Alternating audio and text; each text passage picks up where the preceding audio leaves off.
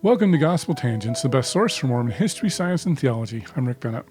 We're continuing a conversation with Ann Clements. She's the author of the chapter on Theodore Turley and his three sister wives in Secret Covenants, New Insights into Early Mormon Polygamy. We're going to be giving away a free autographed copy with Cheryl Bruno, Ann Clements, and Claire Barris here. And go to gospeltangents.com/contest, and you could win this very book right here. We're going to talk more about the Theodore Turley's marriages to Eliza and Mary Clift and find out what were the reason for some of those marriages. So you won't want to miss this conversation. Check it out. So let me make sure we got this right. So Theodore Turley marries his first wife, 1820 or so. 1821. 1821. They're together for 20 years. They have 20 10 years. kids. They have 10 kids. They're in Nauvoo. And then in April, because of this family group sheet that Theodore wrote down that's in his own handwriting, we know that he married first Sarah Ellen Clift, April 26th, I believe, 1844. So this is the one we've just been talking about. This is the one we've just been talking about. She's the first plural wife. Yes. Although family records have been kind of iffy about that. But she's the first one that we actually, in fact, she's the only one that we have a specific date in Theodore Turley's handwriting. And that's in what year? That is April of 1844. So before Joseph Smith's death. Okay. It is April 1844. And then there's this cryptic little thing kind of at the bottom where, like, I think it indicates that he probably married Mary Clift on the same day. But that one's a little bit more conjecture based on, but there's definitely this really weird little cryptic thing where it's like you have the first letter and then ... and another first letter ... And it really looks so it's like the letter M ... and C ... So so like also married. It matches, the number of letters matches the number of dots. So well, Mary Clift? It's not quite that, but okay. Yes. Okay. So even though Mary came with him in 1841 to Nauvoo, Sarah came later. Sarah came later with her parents. But she was the first plural wife. She was the one that was the first plural wife to Theodore. But it's very likely that Sarah and Mary both married Theodore at the same time. Okay. And so they probably married in April of 1844. 44, yeah. Right before Joseph died. Mm-hmm. And Mary apparently had an illegitimate child as well. Yes, so that's a whole different story. What's Theodore getting married with all these loose women? Well, no, I mean, that was the thing is that originally, according to the family, he had married Mary in January 1842. And then he marries the sister Eliza in March of 1844, which I learned that couldn't be true. And then we have this marriage to Sarah. Because they backdated him because of the kids. Because of these kids that they didn't realize she wasn't even in Nauvoo at that time. Eliza wasn't even in the Nauvoo. Eliza wasn't even in Nauvoo. Supposedly 1842 marriage date. In this, 1844 marriage date, March of 1844. And then Sarah Ellen, the last, is April 1844. And so what we ended up figuring out is that Sarah Ellen is the only one that has that specific marriage date. And what probably happened is he married Sarah Ellen Clift first, then Mary on the same day in April of 1844. Okay. And Eliza was much later. So Eliza didn't get married to him probably until February of 1846 when she was sealed in the Nauvoo Temple. And so, so the actual marriage date's 1844, 1846. They backdated them because they have these kids that they have to explain and that are... Yes. Were born in 1841, right? Wasn't so they didn't have to explain Selwyn because he had a last name. He had a different last name, and Sarah Ellen Clift went by the name Selwyn in Nauvoo. So everyone just assumed to be divorced, that she was a widow or divorced or something, and that was really common. Okay, and so except her, she actually owned land in Nauvoo. She was the only one of the Clift family to own land, and it was in her maiden name. Clift. It was Clift. It Sarah wasn't under Clift. Selwyn, which most women, if they'd been divorced or if they'd been widowed, they usually still went by that married name. But her land was under her maiden name, Sarah Ellen Clift. How do you figure all this stuff out? This is crazy. But But, well, that's in the other one. Like, because I couldn't find a marriage record, it took me so long to figure out Sarah's story. Like, honestly, it was. I can see why. And it wasn't until the very end. I'd already figured out Mary's story, pretty much. I'd figured out Eliza's story. But Sarah, it wasn't until, like, there were so many moments. And then eventually at the end, it all just kind of came together. And it was like, oh, it was probably a surrogacy arrangement. She probably was never married to a guy named Selwyn. So... Okay. So Sarah gets married. Sarah and Mary get married on the same day. Eliza gets married a couple Theodore years Turley. later. Yeah. Eliza They backdate the marriages for... Because Eliza has a couple daughters that are born in 45, January 45. So they assume, they didn't realize that they had a different dad. No one knew that Eliza had been married previously. Everyone figured Eliza was single. And Sarah Ellen was a divorcee and a widow. So, like, people didn't... So they had recorded... Our family had recorded these two daughters for Eliza that were twins that were born in January of 1845. So the family figured, of course, she must have been married to Theodore. We wouldn't do that. Yeah. In March so of she was 1845. married previously, and do we know who the husband was? Yes, we do. That's part of the next story for Eliza. Okay, so... Oh, is this another chapter? This is... No, I tell the story of all three of these ladies in this chapter. So when Robert... And it comes next chronologically. So in the ship where we know for sure Robert Sr. and Elizabeth, his wife, and then Eliza, we know for sure these people traveled to Nauvoo in 1841. It's likely... Sarah Ellen Clift, her little baby, George Augustus Selwyn, and their brother Robert Jr. probably also came on the same voyage because they're all living in Nauvoo in the census record. Okay. But we don't have a ship manifest. We don't have a passenger list for that voyage. But we know at least that Eliza was there with her two parents because one of the other passengers has a reminiscence about it. And she mentions specifically those three people. And she mentions that Eliza Clift... while they were traveling near Utica, New York, they had gone from England to Quebec, and then they were coming down along the riverways on their way to Nauvoo. And near Utica, New York, Eliza Clift, and it's Mary Ann Weston Mon who wrote it in her reminiscences. She said Eliza got it into her head to go get married to one of the guys that was on this ship. And her parents were trying to stop her. But she refused, and they went to a local magistrate, and they got married on the ship.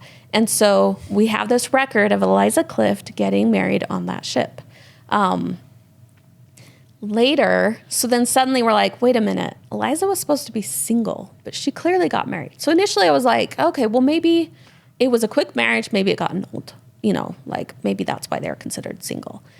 But no, we actually have them living together in Nauvoo in a later census record. Oh. She's living with her husband. And that's why she doesn't appear in her dad's household, because she's living with her husband in his household. And it turns out that guy was another Mormon immigrant. Clearly he was in this group.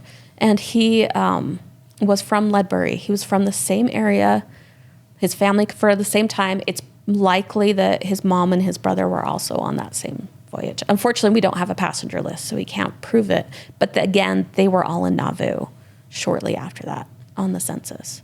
So, So this guy, George Fiddler, he was apparently getting in with the wrong crowd. So, like, initially, he works for Joseph Smith in the red brick store, but he very quickly becomes very delinquent on his debts. He's borrowing way too much, and he eventually loses his employment in the red brick store. And so he writes this letter to Joseph Smith, and it's on the Joseph Smith papers. Okay. And it's from George Gardner Fiddler, and he talks about how he apologizes that he's been delinquent on these debts. He's like, but he's trying to get the sympathy. He's like, I'm worried you talked to my mom, and I'm really worried that I disappointed you. And but we've got, I'm appealing to your sympathies as a father, as a husband, as a son. I'm trying to help my in-laws and my mother. they're all, indigent. They're all like just starving. And so you could understand. And my wife, the love of my bosom, it's so flowery, this language. They all were flowery back then, it seems like. Yeah, but I don't know. Theodore Turley was not flowery. I guess I could say that. He was a bit more blunt about stuff. So it's really funny. So we know that they were married, and we know that he got in trouble with Joseph Smith. And then later on, he gets accused of stealing shoes. So suddenly I'm like, oh, hey, this is going into my criminal aspect of Nauvoo. So he's like, getting accused of stealing some shoes and stuff. And then it becomes clear that, and this is beginning of 1843, that then I'm seeing him and Eliza showing up in newspaper articles where it looks like they left Nauvoo, they went north. So he stole some shoes, had to get out of town. We don't know if he stole them, but he was the one last seen with them. And Joseph Smith had to allow people to search his house. And there was another guy, John Eagle, there. And John Eagle also is kind of in the criminal culture. So everything's just overlapping with the crime. So George and Eliza leave Nauvoo. I can track them. I know that they're in Burlington, Iowa, based on some lists of letters that are printed in a newspaper. I think towards the end of 43.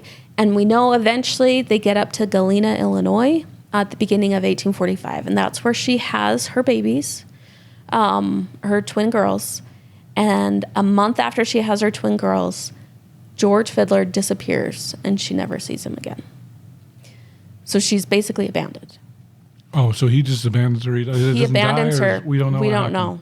My guess is he got in with, Okay. I think he got in with the wrong group of people and he probably got killed somewhere because he did something stupid. But she never knew what happened to him. Okay, he just disappeared. Right.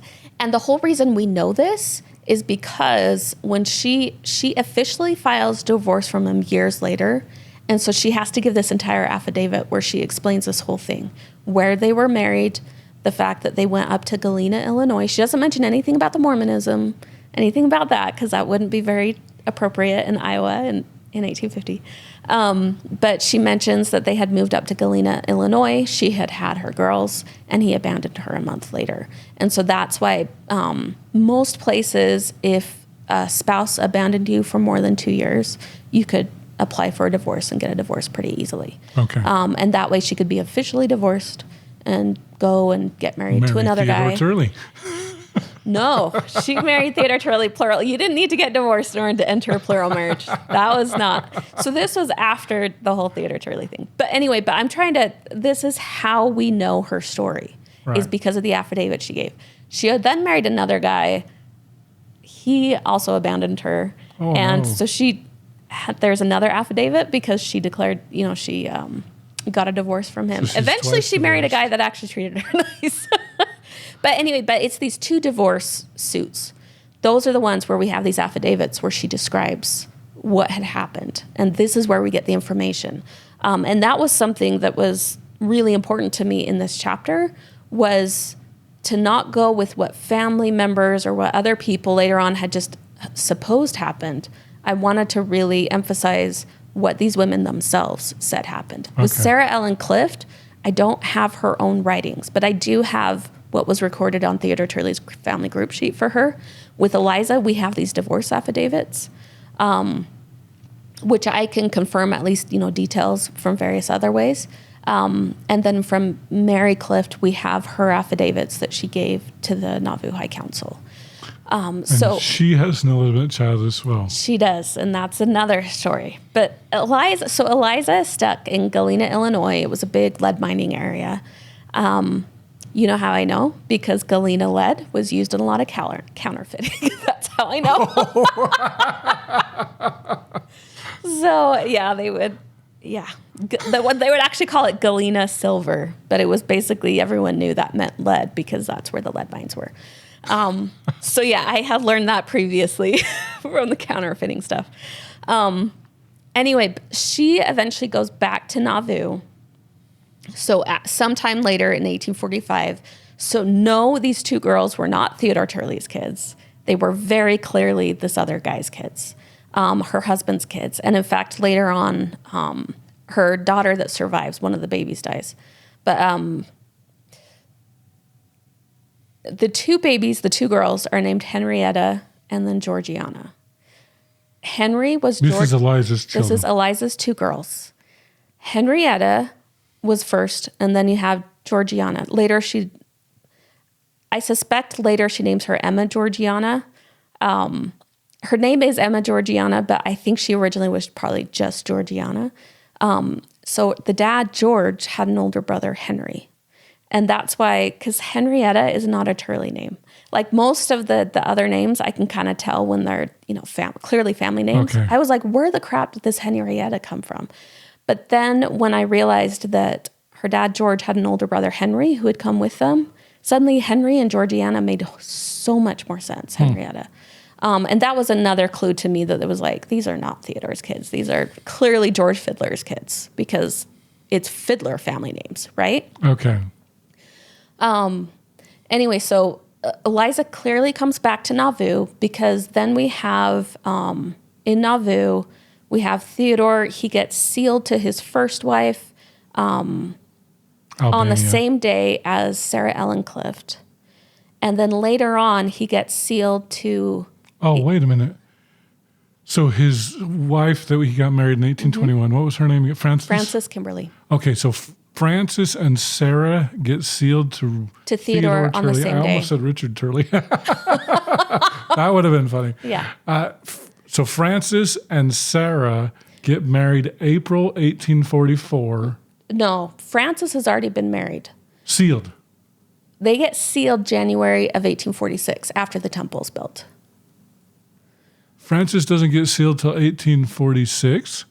Yeah, because she's his first wife. Or at least we're not aware of any sealing But that I occurs. thought Sarah got married to Theodore in 1844. Sarah got married in a plural marriage. But that April wasn't 20, a sealing. May or may as not far have as been. No. It wasn't in the temple because the temple wasn't It wasn't in the complete. temple because the temple wasn't built yet. But I mean, you know me. I talk to lots of polygamists, and they're like, "You don't need to get married in the temple. You can get married on the train." So lots of people that had had plural marriages, then later when the temple was built, so December So it was 1845, reconfirmed, and basically. a lot of them redid the sealings. And in fact, that's how a lot of people suspect who were wives of Joseph Smith, because they're usually sealed to Joseph Smith as proxy In 1846. in 1846 at the time. Okay.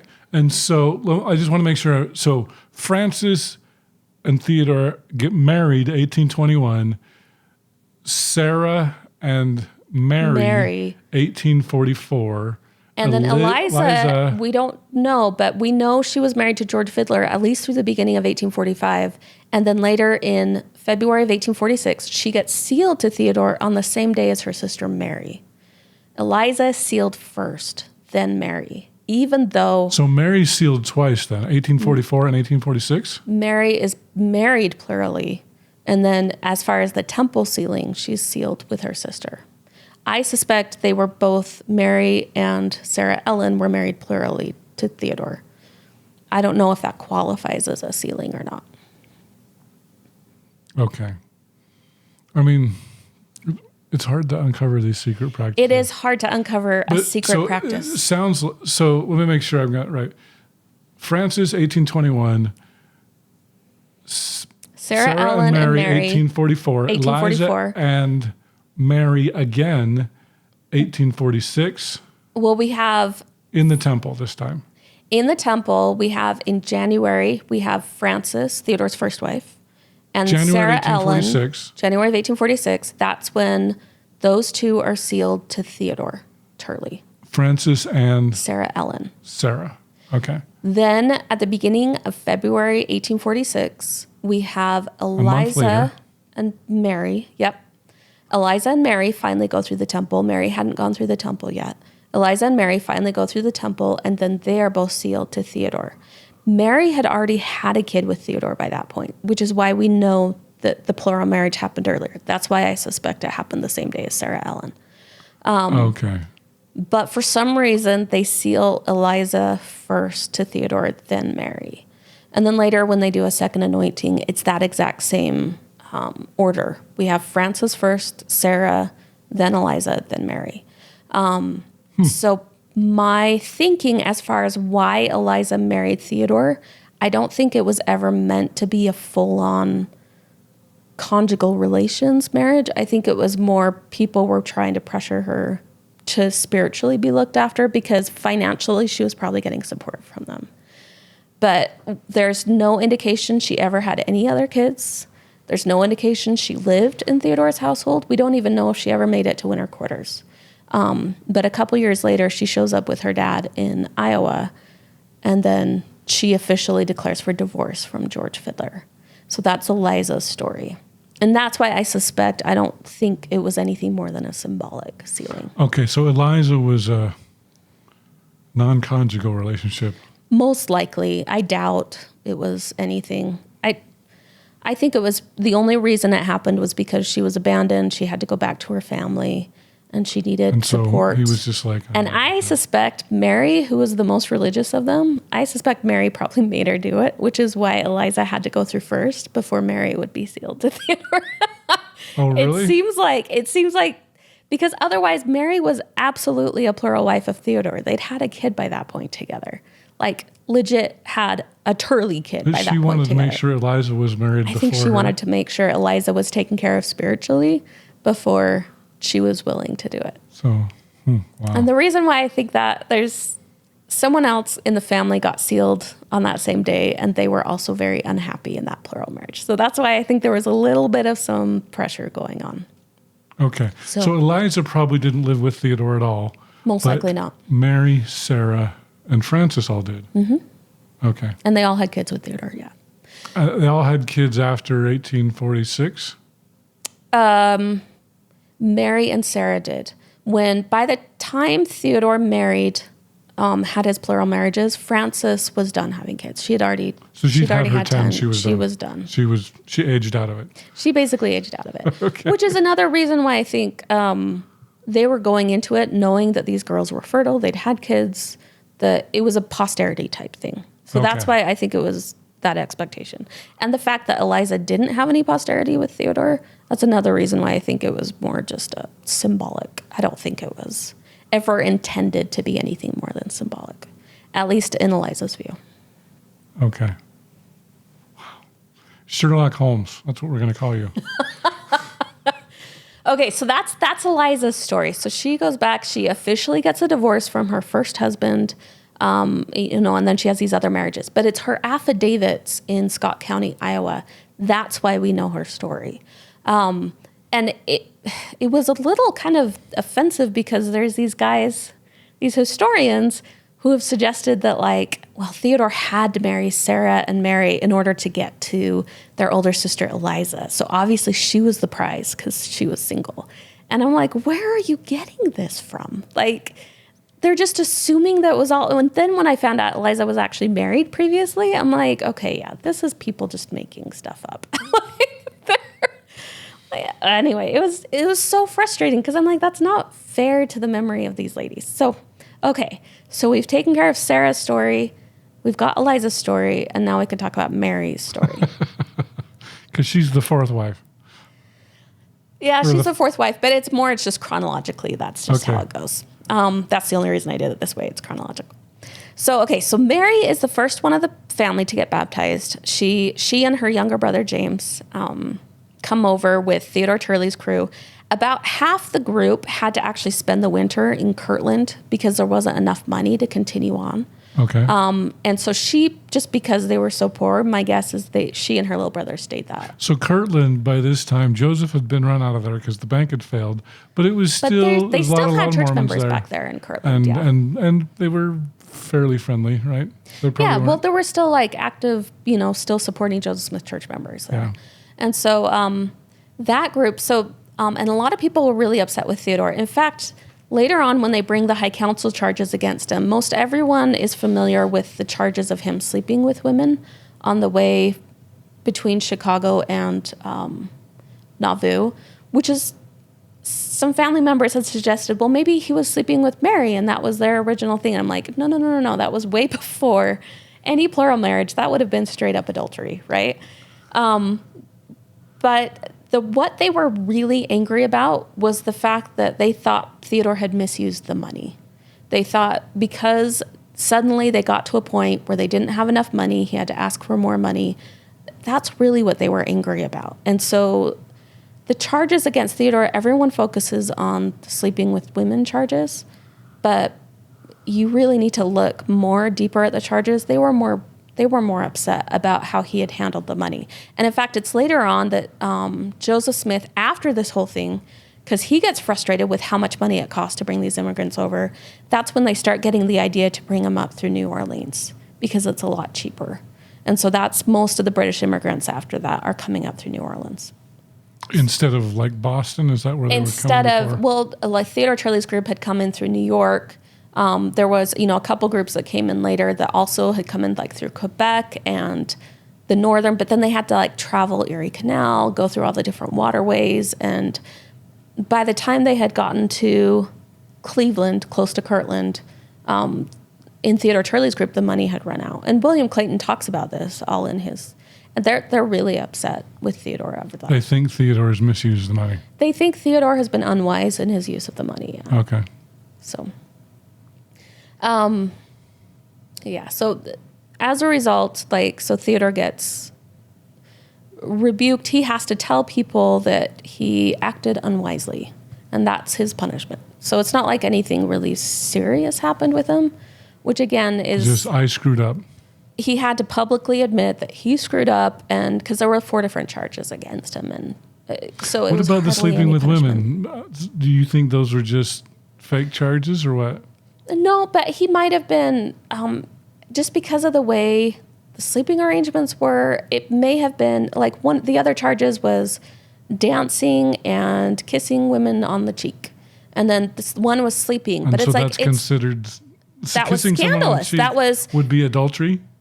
No, that wouldn't be considered adultery, but it would be considered inappropriate for a church leader to do that, right? Okay. Because he was leading the group. He was the priesthood leader. And so when they say sleeping with women, it's not clear if it's a euphemism or if it's literally he was sleeping. Like they were in the same room together. Like they were in the same room together, but nothing could have happened. Right. So it's but you not shouldn't be alone with a about woman, that. basically. But he's a priesthood leader, and more is expected of him. Right. But really, it was the money that I think they were more irritated about. Because even Joseph Smith was irritated at how much money it had cost. And they didn't think that he had, embezzled it or something. Not embezzled it, but just that he hadn't been wise about, haggling about spending the money. They had assumed it would cost so much, and it ended up costing way more. So they just didn't feel like he had done an appropriate job on handling the money. William Clayton did not have a high opinion of Theodore Turley on that trip. And eventually, when they get close to Nauvoo, Theodore actually gets out of the boat and he walks. He doesn't even want to be in the boat with them anymore. So there was tension. There was tension on that trip. I hope you enjoyed our conversation with Ann Clements. She's one of the authors of Secret Covenants, New Insights into Mormon Polygamy. We're going to be giving away a free copy of this book. So go to gospeltangents.com/contest, and you could win an autographed copy of this amazing book. In our next conversation, we're going to talk about how the Clift sisters approached polygamy differently. All 3 Clift sisters probably were involved with Theodore due to economic reasons. Is that? Possibly it could have been economic reasons. Also, because his wife had stopped having kids, that might have been, increasing posterity type thing. So because both of those girls did have a child about a year after Mary and Sarah. They both had children with Theodore about a year after their plural 1844 marriage. The 1844 marriage.